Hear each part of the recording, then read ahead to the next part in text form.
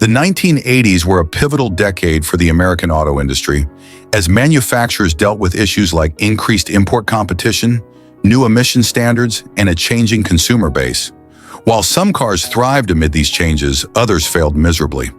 Here are 12 of the worst and dumbest American cars of the 1980s, each a testament to design failures, engineering miscalculations, or misguided marketing strategies. Dear viewer, don't forget to subscribe to the channel. Thanks for your support. The number 12. The 1984 Pontiac Parisienne was a full-size rear-wheel drive sedan introduced as Pontiac's answer to the demand for large cars in the 1980s. However, it was essentially a rebadged version of the Chevrolet Caprice, which was part of General Motors' cost-saving efforts by platform sharing across multiple brands. By the time the Parisienne was reintroduced, it was viewed as outdated in both design and engineering, making it less appealing in a market that was gradually shifting towards more refined and fuel-efficient cars.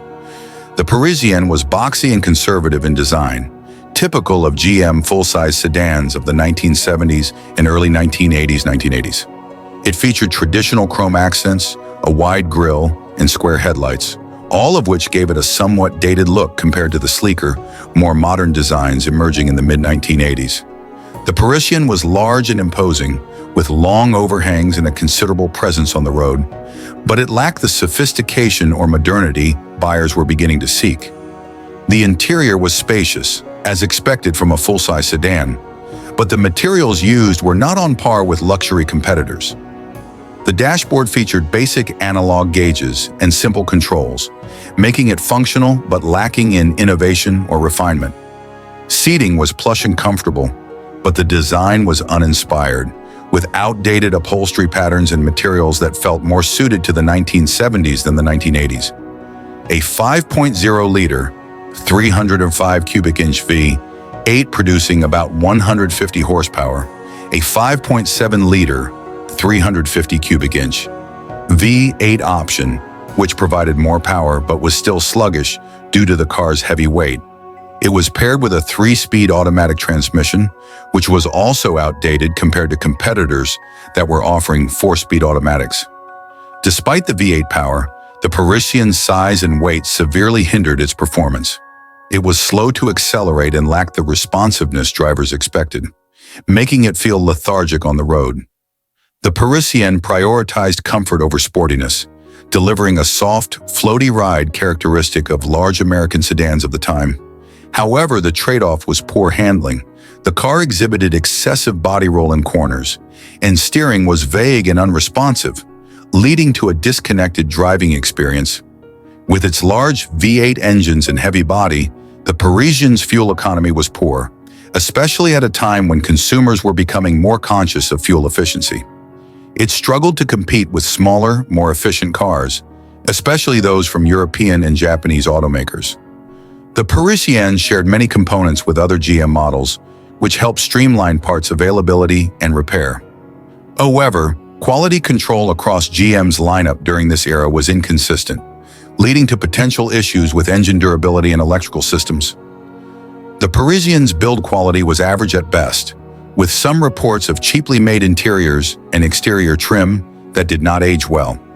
It was seen as a car that felt outdated both in technology and craftsmanship. While the Parisienne had its loyal buyers, particularly among older demographics who valued large traditional sedans, it did not perform well among younger consumers. By the mid-1980s, Pontiac's brand image was focused more on sportiness and performance, and the Parisienne didn't fit this image. The Parisienne was heavily criticized for being an outdated model, simply rehashed from older GM designs. Automotive critics pointed out its lack of refinement, poor fuel efficiency, and uninspired performance. It was seen as a relic of the past at a time when the market was moving toward more modern, fuel-efficient vehicles. The 1984 Pontiac Parisienne serves as an example of GM's reluctance to innovate during the early 1980s, clinging to older, less efficient designs while other automakers were advancing. It was emblematic of a declining interest in full-size American sedans, which were being gradually replaced by smaller, more nimble vehicles. The Parisienne would continue production for a few more years, but was eventually discontinued as GM shifted its focus toward more efficient front-wheel drive models. By the late 1980s, the full-size rear-wheel drive sedan was becoming obsolete, and the Parisienne's departure from Pontiac's lineup reflected the shift. The 1984 Pontiac Parisienne was a car that felt out of place in its era. Its large size, poor performance, and outdated design made it difficult to compete in an automotive landscape that was moving toward more refined, fuel-efficient vehicles. While it had a comfortable ride and spacious interior, these qualities weren't enough to overcome its lack of modern features or appeal. The Parisienne's legacy is one of missed opportunities, as it failed to innovate and adapt to the changing demands of car buyers in the 1980s. Number 11. The 1983 Cadillac Seville diesel was part of General Motors' attempt to introduce more fuel-efficient options in the face of the oil crises of the 1970s and early 1980s. While the idea of offering a diesel engine in a luxury car made sense for fuel economy, the execution was a disaster. GM's diesel engines, particularly the Oldsmobile 5.7-liter V8, were notoriously unreliable, and the Seville diesel became one of the most infamous examples of Cadillac's missteps during this era. The 1983 Seville maintained its distinctive bustle-back styling that Cadillac introduced in 1980, which gave the car a unique appearance resembling the high-end European sedans of the time. The car featured a long hood, Cadillac's signature grille, and upright headlights, giving it an imposing front-end look. The Seville's trunk design, resembling classic luxury cars of the 1930s, was intended to evoke elegance, though it received mixed reactions. Some found it to be stylish, while others considered it unattractive and awkward. The interior was one of the Seville's few strong points. As a Cadillac, it came with premium materials like leather upholstery, wood trim, and state-of-the-art for the time features, such as automatic climate control, power windows, and an 8-track stereo system. The interior was designed to offer maximum comfort, with plush seating and ample room for both front and rear passengers. The Seville diesel was powered by GM's Oldsmobile 5.7-liter V8 diesel engine, an engine plagued by numerous issues. It produced around 105 horsepower and 200 pound-feet of torque, significantly less than its gasoline-powered counterparts. This lack of power made the car sluggish and unresponsive, particularly in a luxury car market where smooth and powerful acceleration was expected. The diesel Seville was exceptionally slow. 0 to 60 mile-per-hour times were over 20 seconds, which was extremely poor for a luxury sedan of its size and class. It was mated to a 3-speed automatic transmission that was typical of the era, but further contributed to its sluggishness. While the Seville's suspension was tuned for a soft, comfortable ride, the diesel engine's lack of refinement undermined the driving experience. Diesel engines of the early 1980s were loud and prone to vibration, which clashed with Cadillac's reputation for quiet, smooth luxury. The harshness of the engine noise filtered into the cabin, diminishing the sense of luxury that Cadillac buyers expected. The Seville had soft, floaty handling, typical of large American luxury cars at the time. However, its weight combined with the underpowered diesel engine made it feel sluggish and difficult to maneuver, especially when compared to European luxury cars that offered sharper, more responsive driving dynamics. The one redeeming quality of the diesel Seville was its fuel economy, which was rated at around 22 to 27 miles per gallon on the highway, decent for a large car in the early 1980s. However, this advantage was far outweighed by the engine's unreliability. The Oldsmobile diesel engine was the Achilles heel of the Seville diesel. GM had hastily converted the gasoline V8 engine design to diesel without sufficient testing, resulting in widespread failures. One of the most common issues was the engine's head gaskets blowing due to high compression ratios and weak design.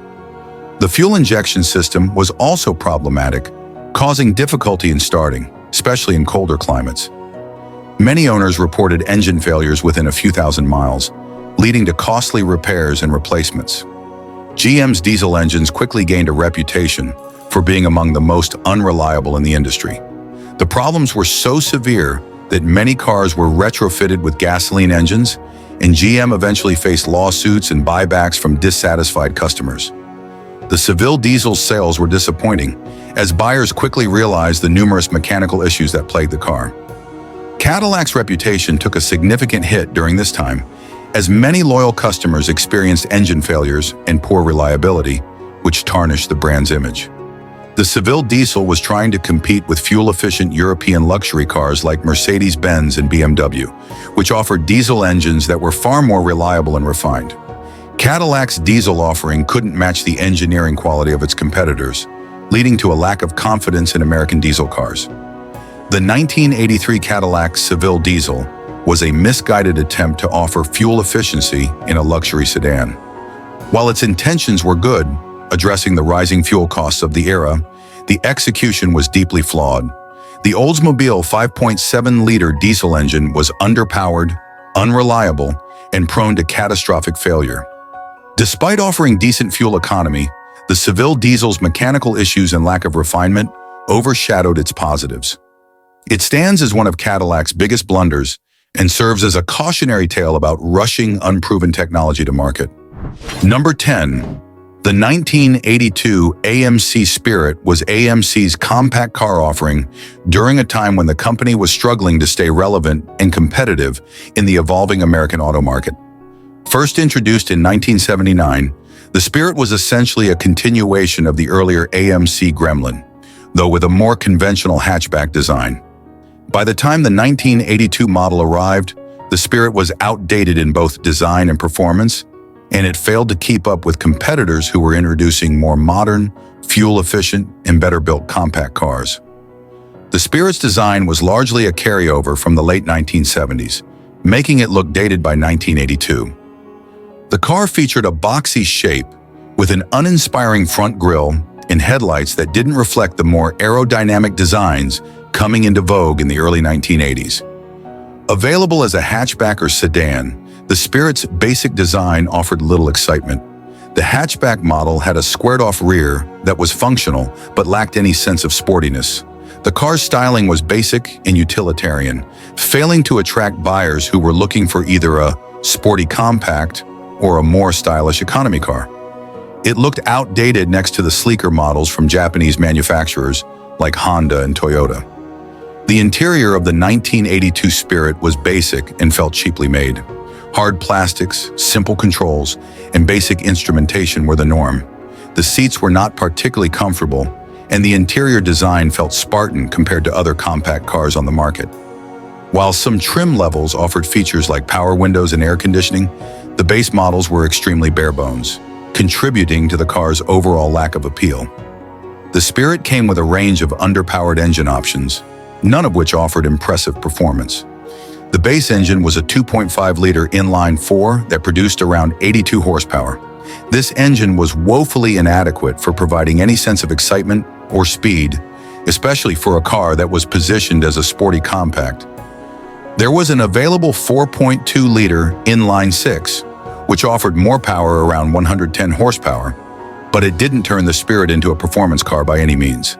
The heavier 6-cylinder engine also worsened the car's already poor handling. The Spirit was available with either a 3-speed manual, a 4-speed manual, or an optional 3-speed automatic. The automatic transmission further dulled the performance, making the car feel sluggish and unresponsive. The Spirit was painfully slow by modern standards. The base 4-cylinder engine took well over 15 seconds to reach 0 to 60 miles per hour, making it one of the slowest cars in its class.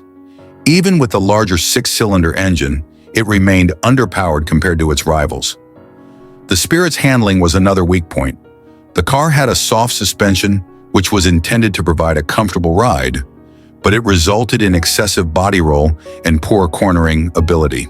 The car felt unsteady on winding roads and lacked the responsive handling that was becoming common in more modern compact cars. The braking system was basic and underwhelming, with drum brakes on many models that struggled to bring the car to a stop quickly. Steering was vague, making the car feel disconnected from the road. While the Spirit did provide a relatively smooth ride on straight, flat roads, the combination of soft suspension and poor handling made it a chore to drive on anything but smooth highways. The car felt unstable at higher speeds and uncomfortable on rougher surfaces. AMC's financial struggles during the early 1980s were reflected in the Spirit's build quality. The car was notorious for cheap materials, poor assembly, and questionable durability. Like many AMC models, the Spirit was prone to rusting prematurely, especially in regions with harsh winters. The body panels and undercarriage were not well protected, and corrosion became a common problem for owners. The engines, particularly the base four-cylinder, were prone to reliability issues. Problems with oil leaks, cooling systems, and electrical faults plagued many Spirits, making them unreliable for long-term use. The AMC Spirit symbolized the struggles of the American Motors Corporation during the early 1980s. Unable to keep up with advancements in automotive design and engineering, AMC continued to rely on aging platforms and cost-cutting measures, which hurt the brand's reputation. Just a few years after the Spirit's production ended, AMC was purchased by Chrysler in 1987, marking the end of the company's long history as an independent automaker. The 1982 AMC Spirit was a car that represented the end of an era for both AMC and the American compact car market. It was underpowered, poorly built, and outdated in its design and performance, especially when compared to more modern offerings from both domestic and foreign competitors. Its lackluster handling, reliability issues, and uninspiring styling made it a forgettable entry in the automotive landscape of the 1980s. Number 9, the 1981 Chevrolet Malibu base model was part of the third generation of the Malibu, which debuted in 1978. By the time the 1981 model year rolled around, the Malibu had already begun to feel dated in a rapidly changing automotive landscape. Although downsized in 1978 to meet new fuel economy standards, the 1981 base model was still stuck with many of the issues that plagued American cars of the era: uninspired styling, weak engine options, and lackluster performance.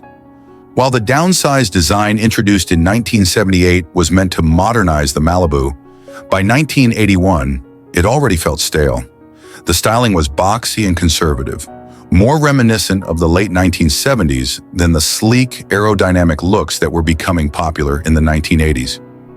The grille and headlight arrangement were simplistic and uninspired.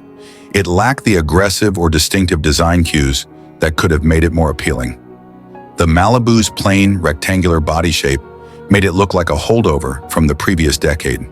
There was little to excite buyers who were looking for more modern aesthetics. Interior. The interior of the base model Malibu was basic to the point of feeling bare bones. The materials were cheap, and there was little in the way of features or comforts. Plastic surfaces and vinyl seats were common, giving it a very utilitarian, no-frills feel.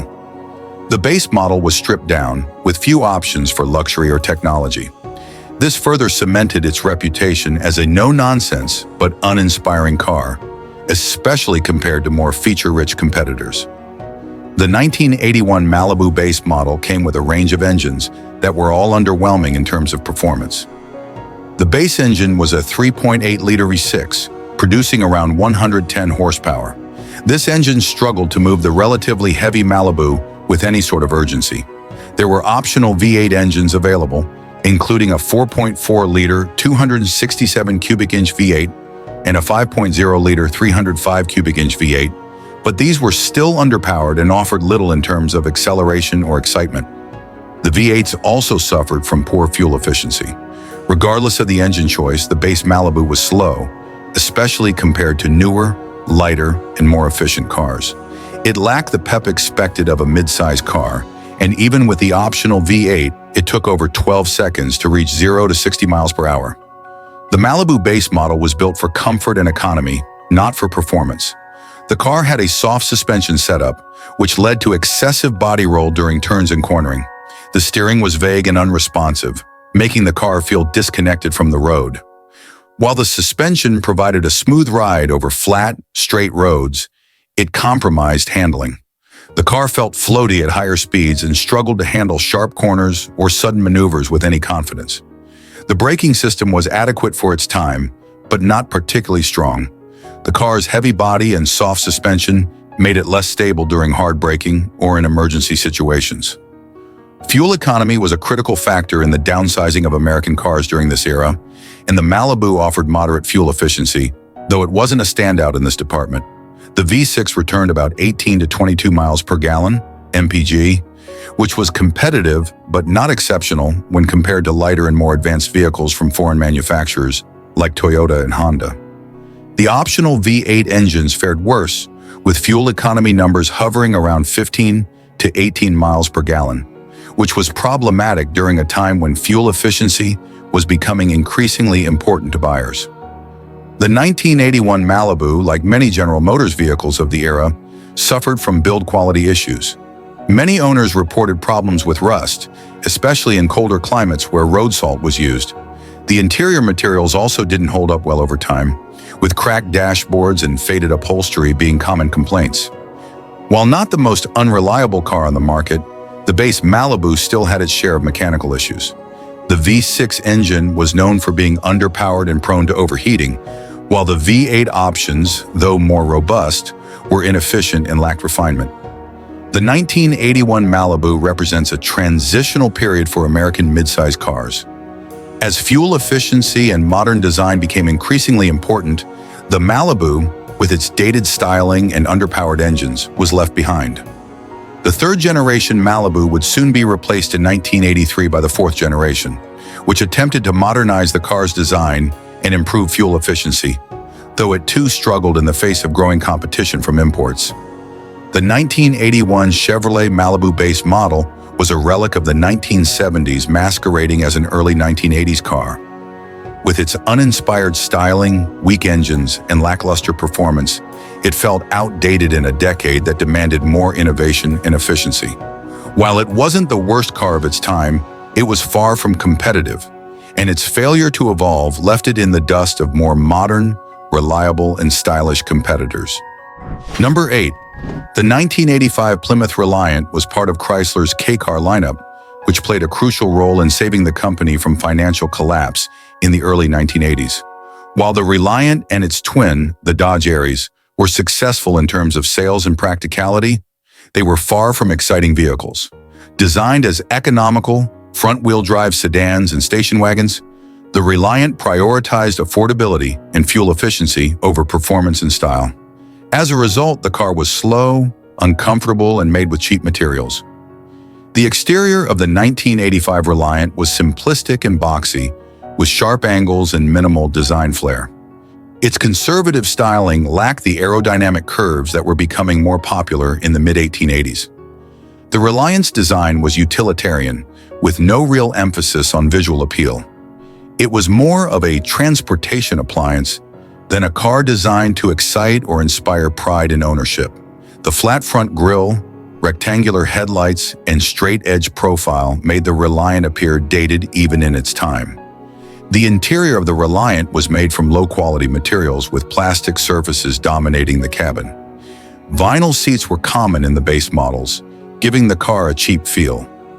The build quality was also subpar, with parts of the interior often showing wear and tear prematurely. The seats lacked proper support, making longer drives uncomfortable. The overall interior design was basic and lacked the comfort features or luxury touches that competitors were offering by 1985. The Reliant was bare bones in terms of features.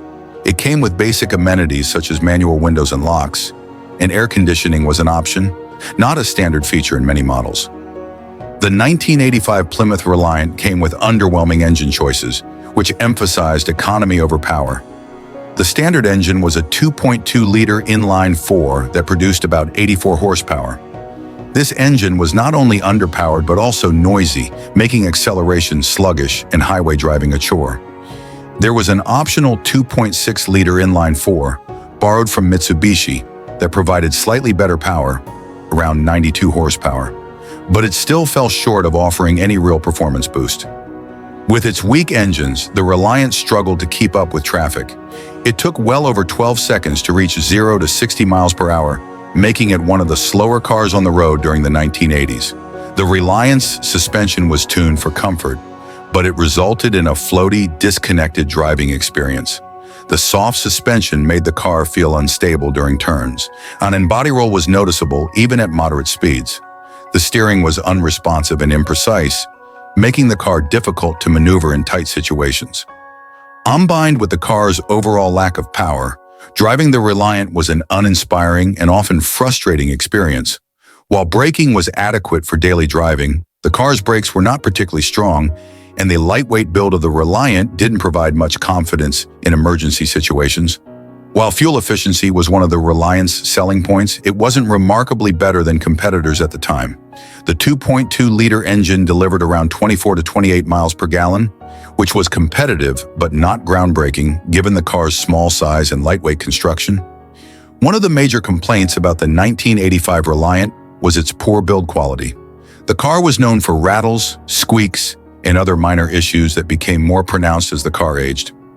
Rust was also a problem in certain climates, particularly on the underbody and wheel wells. While the K cars were seen as relatively reliable when new, many owners reported mechanical problems as the cars aged.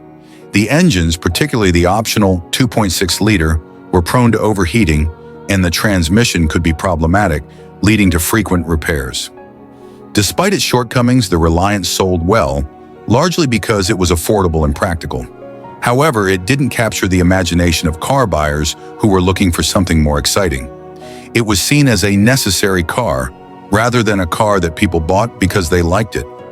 By 1985, the automotive market was seeing an influx of better-built, more refined vehicles from Japanese manufacturers like Toyota and Honda, which offered more reliable, better-performing, and more stylish alternatives to the Reliant. Models like the Honda Accord and Toyota Camry made the Reliant look outdated and cheap in comparison. The Plymouth Reliant, along with the Dodge Aries, is remembered for its role in keeping Chrysler afloat during a tough financial period, but it's not fondly remembered for its design or performance. The car was practical but unexciting, and it has since faded into the background of automotive history. The Reliant's legacy is one of a stopgap measure, successful for its time, but ultimately eclipsed by the far superior offerings from Japanese automakers. Number 7. The 1980 Mercury Bobcat was essentially a rebadged version of the notorious Ford Pinto, a car infamous for its safety issues and subpar build quality. The Bobcat inherited all of the Pinto's problems, offering little to differentiate itself other than some cosmetic changes and the Mercury badge. By 1980, both the Pinto and the Bobcat were long past their prime, and their poor reputation had already been cemented due to safety concerns, including the well-publicized issues with fuel tank explosions in rear-end collisions. Despite minor updates over the years, the Bobcat was still a relic of 1970s automotive mediocrity. The Bobcat, like the Pinto, had a dated compact design that was out of place by 1980. While it was a small, affordable car, the boxy, unappealing exterior didn't win any style points. The Bobcat was essentially a Pinto with some Mercury styling tweaks, such as a different grille, slightly more chrome, and revised taillights. These small cosmetic changes did little to hide its roots as a cheap economy car. The interior of the Bobcat was cramped, with uncomfortable seating and cheap materials dominating the cabin. The use of vinyl and hard plastic was common, contributing to a generally uncomfortable and budget feel. Even by 1980 standards, the Bobcat offered little in terms of features. It was an economy car through and through, so luxuries such as air conditioning or power windows were often optional rather than standard. The Bobcat's engine options were underwhelming, focusing more on economy than performance. The standard engine was a 2.3-liter inline-4 that produced around 88 horsepower. This engine, while fuel-efficient, was sluggish and delivered poor acceleration. With a 0 to 60 miles per hour time approaching 15 seconds, the Bobcat was painfully slow, especially compared to some of the more modern competitors hitting the market in the early 1980s. The Bobcat suffered from vague steering and poor handling. Its suspension was designed to prioritize comfort over precision, resulting in a soft, floaty ride that felt disconnected from the road. The car's braking system was also subpar, with brakes that lacked the stopping power necessary for safe, confident driving, particularly in emergency situations. One of the biggest reasons the Bobcat was considered bad was because of the safety flaws it inherited from the Pinto. The most infamous issue was the fuel tank, which was positioned in a way that made it vulnerable to punctures and explosions in rear-end collisions. The Pinto's safety concerns were widely publicized, leading to lawsuits and damage to Ford's reputation. Since the Bobcat was essentially the same car with a different badge, it carried the same stigma. Despite attempts to address these issues in later years, the Bobcat never fully shook its reputation as a dangerous car. The Bobcat was built as an inexpensive economy car, but that came at the cost of quality. The materials used were cheap, and the car was prone to rust and mechanical issues as it aged. Mechanical reliability was a concern, with the Bobcat suffering from a variety of issues including engine troubles, transmission problems, and electrical malfunctions. These problems were compounded by the car's generally low build quality, which led to premature wear and frequent repairs. By 1980, the automotive market was shifting, with more advanced and reliable economy cars from Japanese manufacturers like Toyota and Honda entering the U.S. market. The Bobcat looked especially outdated compared to the Toyota Corolla and Honda Civic, which offered better reliability, performance, and fuel economy. The Mercury Bobcat, despite wearing the Mercury badge, could not escape the shadow of the Ford Pinto. Its association with one of the most infamous cars in automotive history hurt its chances of being taken seriously as a viable competitor in the market. The 1980 Mercury Bobcat is often remembered as little more than a rebranded Pinto, and for good reason. Its weak performance, poor safety record, and cheap build quality made it one of the least desirable cars of its time. Like the Pinto, it faded into obscurity after production ended, becoming a symbol of 1970s automotive shortcomings rather than a car anyone remembered fondly. The 1980 Mercury Bobcat was a disappointing and outdated car that carried the baggage of its Ford Pinto origins. With poor build quality, underwhelming performance, and serious safety concerns, the Bobcat was an unfortunate entry in Mercury's lineup. It failed to stand out in any meaningful way and was quickly overshadowed by more reliable, better-built competitors as the 1980s progressed. Its legacy, like the Pinto's, is one of missed opportunities and automotive infamy. Number 6. The 1985 Chevrolet Z24 Blazer was introduced as one of the first compact SUVs, offering a smaller alternative to the larger full-size Blazers. While it was praised for its size and versatility, early models were plagued by several issues that tarnished its reputation. From poor build quality to underwhelming engine performance, the 1985 Z24 Blazer struggled to keep up with the demands of SUV buyers, particularly in terms of durability and reliability. The compact size of the Z24 Blazer was initially seen as a selling point, making it easier to maneuver and park compared to full-size SUVs. However, its design was rather boxy and utilitarian, lacking the flair and style that many other SUVs of the time, like the Jeep Cherokee, offered. The Z24 Blazer's styling was functional but bland, with minimal design features that made it stand out. While this simplicity appealed to some buyers, it didn't have the rugged, adventurous look that many people expected from an SUV. The interior of the 1985 Z24 Blazer was constructed from cheap plastics and fabrics that didn't age well. This gave the cabin a low-quality feel, and many components were prone to breaking or wearing out prematurely. The seats were uncomfortable for long drives, with minimal support and padding. The overall interior layout was basic, and luxury or convenience features were scarce, even in higher trim levels. For a vehicle marketed as an SUV, the Z24 Blazer had a surprisingly cramped interior. While it was more spacious than a typical sedan, it didn't offer the same kind of cargo capacity or rear passenger room that larger SUVs provided. One of the biggest complaints about the 1985 Z24 Blazer was its weak engine performance.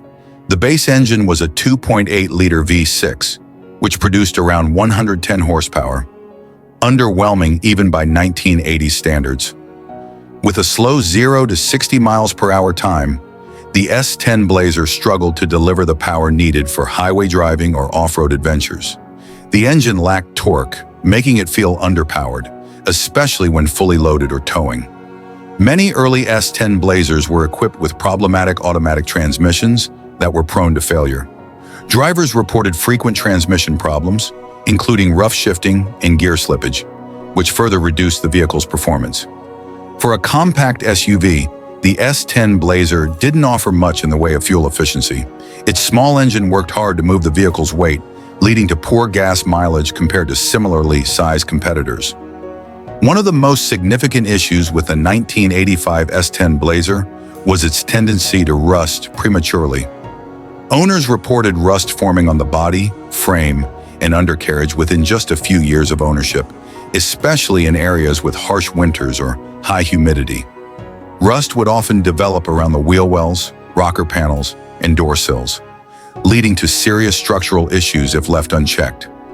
This greatly affected the vehicle's longevity and resale value, as many Blazers became unsafe or unsightly after only a few years. The 1985 S10 Blazer suffered from overall poor build quality, with many components feeling cheap and poorly assembled. Doors were prone to misalignment, windows would stick, and interior trim pieces often rattled or broke off with minimal use. Owners reported frequent mechanical problems, ranging from faulty alternators to cooling system failures. These issues required costly repairs and contributed to the Blazer's reputation for being unreliable. The S10 Blazer's suspension was designed more for durability than comfort, leading to a bumpy and harsh ride, especially on uneven roads or off-road terrain. Its compact wheelbase also made the ride feel choppy and unsettled at times. While it was smaller and more maneuverable than full-size SUVs, the S10 Blazer still had vague steering and poor handling characteristics. It felt top-heavy, and cornering was far from confidence-inspiring, leading to a lack of control, particularly in emergency situations or during bad weather. Initially, the compact size of the S10 Blazer attracted buyers who wanted a smaller, more fuel-efficient alternative to larger SUVs. However, as more competitors entered the compact SUV market, the flaws in the S10 Blazer became harder to ignore. The Jeep Cherokee, introduced in the same era, offered better off-road capabilities, more powerful engine options, and superior build quality, making it a much more appealing choice for buyers looking for a rugged SUV. The S10 Blazer quickly fell behind in comparison. The 1985 Chevrolet S10 Blazer was an important vehicle in the compact SUV market, but it failed to live up to its potential. With underwhelming performance, poor build quality, and serious rust issues, the S10 Blazer left much to be desired. While its smaller size may have appealed to some buyers, the compromises in durability, reliability, and comfort made it a disappointing choice compared to its competitors like the Jeep Cherokee. Number 5. The 1988 Ford Thunderbird Turbo Coupe was marketed as a sleek, high-performance version of the Thunderbird lineup, offering aggressive styling and a turbocharged engine to compete with other sporty coupes. However, despite its bold appearance, the Turbo Coupe fell short in several key areas, most notably in terms of performance. Its turbocharged engine struggled with lag, and the overall driving experience was sluggish compared to rivals. While it had some technological advancements, it couldn't match the performance or excitement of other sporty cars from the late 1980s. The 1988 Turbo Coupe featured an aggressive, aerodynamic design that made it stand out from the more conservative Thunderbirds of previous generations. It had a distinctive front end with a low, sloping hood, pop-up headlights, and a wide, athletic stance. The Turbo Coupe came with sporty features like a rear spoiler and fog lights, which gave it a more performance-oriented look. However, while the car's appearance suggested high performance, the reality was far less exciting. The Turbo Coupe was powered by a 2.3-liter turbocharged inline-4 engine, producing 190 horsepower and 240 pound-feet of torque. While these numbers weren't bad for the time, the engine struggled with turbo lag, which made the car feel sluggish, especially at lower RPMs. One of the biggest complaints about the Turbo Coupe was its severe turbo lag. Drivers would often have to wait several seconds for the turbo to spool up, making acceleration feel delayed and unresponsive. This lag made the car feel underwhelming compared to other turbocharged cars, which were quicker and more refined. Despite the sporty appearance, the Thunderbird Turbo Coupe's 0 to 60 miles per hour time was around 8 seconds, which wasn't particularly fast for a car marketed as a high-performance model. It lagged behind many of its competitors, such as the Chevrolet Camaro IROC Z or the Pontiac Firebird, both of which offered more thrilling acceleration and power. The Turbo Coupe was available with both a 5-speed manual transmission and a 4-speed automatic, but neither was particularly refined. The manual transmission had notchy shifts, and the clutch was heavy, making it less enjoyable to drive than other sporty coupes. The automatic version, in particular, was even slower, as the automatic transmission often had trouble managing the turbo's power delivery, further exaggerating the turbo lag. This made the automatic Turbo Coupe feel even more sluggish. One of the highlights of the Turbo Coupe was its computer-controlled adjustable suspension, which allowed drivers to switch between auto and firm modes. This was an innovative feature for the time, giving the car a more dynamic handling profile when in firm mode. However, despite the advanced suspension, the Thunderbird Turbo Coupe was still a relatively heavy car, weighing around 3,400 pounds, which hampered its agility. While it handled decently for a large coupe, it didn't offer the sharp, responsive driving experience expected from a sporty car. The steering was another weak point for the Turbo Coupe. It was overly light and lacked the precision and feedback that made competitors more engaging to drive. The lack of steering feel made the car less confidence-inspiring on twisty roads or at higher speeds. The interior of the Turbo Coupe was fitted with some sporty elements like bucket seats, a leather-wrapped steering wheel, and turbo boost gauges to emphasize its performance aspirations. However, the rest of the interior was largely shared with other Thunderbird models, meaning it didn't feel particularly special or high quality. While the seats were comfortable for long drives, much of the interior was constructed from cheap plastics, which felt out of place in a car that was supposed to be more upscale and sporty. The interior didn't match the performance promises of the car's marketing. As with many sporty coupes, the rear seats were cramped and uncomfortable for adults, making the Thunderbird Turbo Coupe more suited for front-seat passengers. The 1988 Thunderbird Turbo Coupe was a car that had the potential to be a standout in the sporty coupe market, but it failed to deliver on its promises. The combination of severe turbo lag, sluggish performance, and uninspiring handling made it less appealing than its competitors. Despite its aggressive design and innovative features, the driving experience just wasn't exciting enough to satisfy enthusiasts. In the end, the Turbo Coupe was overshadowed by more powerful V8 options in the market, as well as cars that offered better overall driving dynamics. While the Turbo Coupe had its fans, it ultimately failed to make a lasting impact. Number 4. The 1982 Lincoln Mark VI was introduced as a luxury coupe aimed at offering a comfortable and stylish driving experience. However, it quickly became known as a massive, underpowered vehicle that struggled to keep up with the changing automotive landscape of the 1980s. With its outdated design, poor handling, and inefficient engines, the Mark VI felt like a relic from a bygone era, making it a tough sell in a market that was shifting towards more performance-oriented and compact luxury vehicles. The Mark VI was a large, full-size luxury car that measured over 17 feet in length. While its size was intended to convey luxury and presence, it often felt cumbersome and unwieldy on the road. The design carried over many elements from the 1970s, including an elongated silhouette, sharp angles, and pronounced chrome accents. By the time it was released, these styling cues felt outdated and out of touch with contemporary trends favoring more aerodynamic shapes. Inside, the Mark VI boasted a spacious cabin adorned with plush materials and an array of features designed for comfort. However, despite the lavish appearance, the quality of some materials was inconsistent, leaving a perception of cheapness amidst luxury trappings. The Mark VI was equipped with a 5.0-liter V8 engine, producing only around 140 horsepower. This power output was insufficient for a car of its size and luxury classification, resulting in a sluggish and uninspiring driving experience. The underpowered engine made the Mark VI feel lethargic, particularly during acceleration. The 0 to 60 mile/hour time was often around 10 seconds, which was considered slow even for a luxury vehicle of that era. Competitors offered more powerful options that delivered a more engaging driving experience. The Mark VI featured a soft suspension designed for a smooth ride, but this setup also contributed to poor handling characteristics. The car felt wallowy and disconnected, especially during turns and lane changes. The sheer size and weight of the Mark VI resulted in significant body roll, making it difficult to maneuver confidently.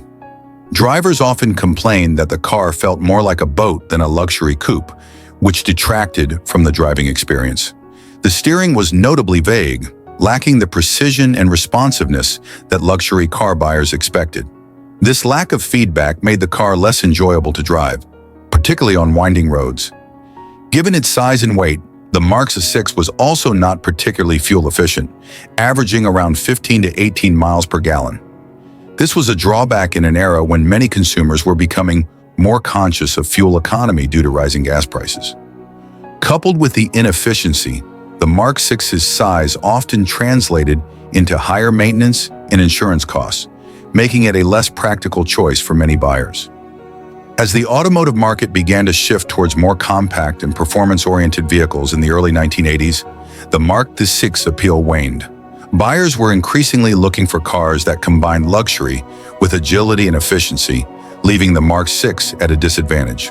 Competing models from European manufacturers, such as the BMW 7 Series and Mercedes-Benz S-Class, offered superior performance, handling, and technology, further diminishing the Mark VI's attractiveness. The 1982 Lincoln Mark VI is often viewed as a step backward for Lincoln in terms of luxury and performance. While it had its fans and was comfortable for long-distance cruising, it failed to resonate with the market's evolving preferences for more dynamic driving experiences. The Mark VI's image became synonymous with the excess of the late 1970s and early 1980s. As consumer tastes changed, the car became less desirable, and it struggled to shed its reputation as a leftover from an earlier era. The 1982 Lincoln Mark VI represented a bygone era of luxury that struggled to adapt to the realities of the 1980s automotive landscape. With its massive size, underpowered engine, and outdated design, it became a tough sell against competitors that offered more performance, agility, and modern styling. While it had some merits in terms of comfort and luxury features, the overall driving experience and appeal were overshadowed by its shortcomings, leaving the Mark VI as a largely forgotten entry in Lincoln's storied history. Number 3, the 1981 Chrysler New Yorker aimed to embody luxury and comfort, but it ultimately failed to resonate in an evolving automotive market. Known for its bloated size and underwhelming performance, the New Yorker struggled against competitors offering more modern features and designs. Its dated aesthetics, poor handling, and disappointing fuel economy contributed to its lack of appeal, making it one of the less favorable choices among luxury sedans of the era. The 1981 New Yorker was characterized by its large, imposing body that stretched over 18 feet long. While size can often convey luxury, the New Yorker's bloatiness resulted in an unwieldy and ungraceful silhouette. The car's styling echoed the late 1970s, featuring prominent chrome accents, flat surfaces, and a somewhat boxy shape. In a decade that was starting to embrace more aerodynamic designs, the New Yorker felt outdated and out of touch with modern aesthetics. Inside, the New Yorker offered a spacious cabin filled with plush materials, power features, and a range of luxury options. However, some critics noted that the materials used often felt cheap, failing to match the expectations for a luxury vehicle. The New Yorker was equipped with a 5.2-liter V8 engine, producing a modest 140 horsepower. This output was inadequate for a car of its size, leading to a sluggish and uninspiring driving experience. The car's 0 to 60 miles per hour time was often reported to be around 10 to 11 seconds, which felt lackluster compared to the performance of competitors' models, making it less appealing to buyers seeking power and responsiveness. The New Yorker's weight and size translated into poor handling dynamics. Many drivers found the steering to be vague and unresponsive, which detracted from the driving experience. The soft suspension designed for comfort also contributed to excessive body roll during cornering. This made the car feel unstable and less confident on the road, particularly in more dynamic driving situations. While it offered a cushy ride over smooth surfaces, the handling shortcomings and bulkiness made the New Yorker less enjoyable to drive compared to smaller luxury sedans that excelled in performance. The New Yorker's fuel economy was a significant drawback, averaging around 12 to 15 miles per gallon. In an era where fuel prices were on the rise, this inefficiency became a major point of contention for potential buyers. The combination of poor fuel economy and the costs associated with maintaining a large luxury vehicle led to higher ownership costs, making it less appealing for budget-conscious consumers. The New Yorker struggled to compete with more modern luxury cars from brands like BMW, Mercedes-Benz, and even other American manufacturers that offered better performance and updated designs. As buyers began to favor more compact and fuel-efficient vehicles, the bloated and underpowered New Yorker felt increasingly out of place. Its appeal waned in a market shifting towards efficiency and modernity. The 1981 Chrysler New Yorker is often remembered as a luxury sedan that failed to keep pace with the evolving automotive landscape. While it offered some comforts and amenities, its lack of power, poor handling, and dated styling left it overshadowed by more appealing alternatives. Over time, the New Yorker came to symbolize a phase in American automotive history where large, luxurious sedans struggled to adapt to changing consumer expectations. It represents the difficulties faced by many automakers during the transition into the 1980s. The 1981 Chrysler New Yorker epitomized the challenges faced by luxury cars in the early 1980s, struggling to balance size and comfort with performance and modern styling. Its underpowered engine, poor handling, and inefficiency positioned it unfavorably against more contemporary offerings, making it a less desirable choice for consumers. Ultimately, the New Yorker serves as a reminder of a bygone era in automotive design, one that struggled to adapt to the demands of a changing market. Number 2. The 1980 Ford Fairmont aimed to be a practical, family-oriented compact car, but it fell short in nearly every area that mattered to consumers. Known for its boxy design, sluggish performance, and quality control problems, the Fairmont failed to stand out in a crowded marketplace filled with more exciting and reliable options. The Fairmont featured a traditional boxy design typical of the late 1970s and early 1980s, which many considered outdated. Its angular lines and flat surfaces made it less appealing compared to its more stylish contemporaries. While some cars of the era embraced bold designs, the Fairmont was characterized by its generic look, making it easy to overlook in a competitive market. Inside, the Fairmont was practical but uninspired. The materials used in the cabin often felt cheap and flimsy, lacking the quality expected from a mainstream car. Limited options for customization also made the interior feel basic and uninviting. The Fairmont was offered with a range of engine options, including a 2.3-liter four-cylinder and a 3.3-liter inline-six. However, these engines delivered lackluster power outputs, making acceleration and highway merging a struggle. Many drivers found the Fairmont's performance to be disappointing, with 0 to 60 mile-per-hour times that lagged behind its competitors, making it feel more like a chore to drive rather than an enjoyable experience. The Fairmont was known for its lack of handling prowess. Many reviews pointed out its vague steering and inability to navigate corners confidently. The suspension was often described as soft and unresponsive, leading to a less than pleasant driving experience. The car exhibited significant body roll during turns, detracting from the sense of control drivers sought, especially in a compact vehicle that ideally should be nimble and agile. The Fairmont was plagued by quality control problems that affected its reliability and longevity. Reports of premature rusting, electrical issues, and interior components breaking down were common, leading to a reputation for poor build quality. Many owners experienced frustrating visits to the repair shop, which further eroded trust in the vehicle and its manufacturer. In a time when compact cars were gaining popularity due to rising fuel prices and changing consumer preferences, the Fairmont failed to capture the excitement of the market. Its uninspired design and performance left little to differentiate it from other options. Competing models from manufacturers like Honda and Toyota were increasingly favored for their reliability, fuel efficiency, and overall value. The Fairmont struggled to compete, especially as consumer expectations shifted toward more economical and appealing vehicles. The 1980 Ford Fairmont is often regarded as one of the more forgettable vehicles of its time. While it was a practical choice for budget-conscious consumers, its lack of performance, handling, and design left a mark that overshadowed any potential strengths. The Fairmont represents a transitional period in American automotive history, where many domestic manufacturers were struggling to keep pace with the growing popularity of foreign compacts. It serves as an example of how failing to innovate and adapt can lead to lackluster results. The 1980 Ford Fairmont encapsulated many of the issues plaguing American cars during the era. Its boxy design, underwhelming performance, poor handling, and quality control problems positioned it poorly in a rapidly changing automotive landscape. Ultimately, the Fairmont serves as a cautionary tale of a missed opportunity in the compact car segment, reminding us of the importance of both style and substance in vehicle design. Number 1.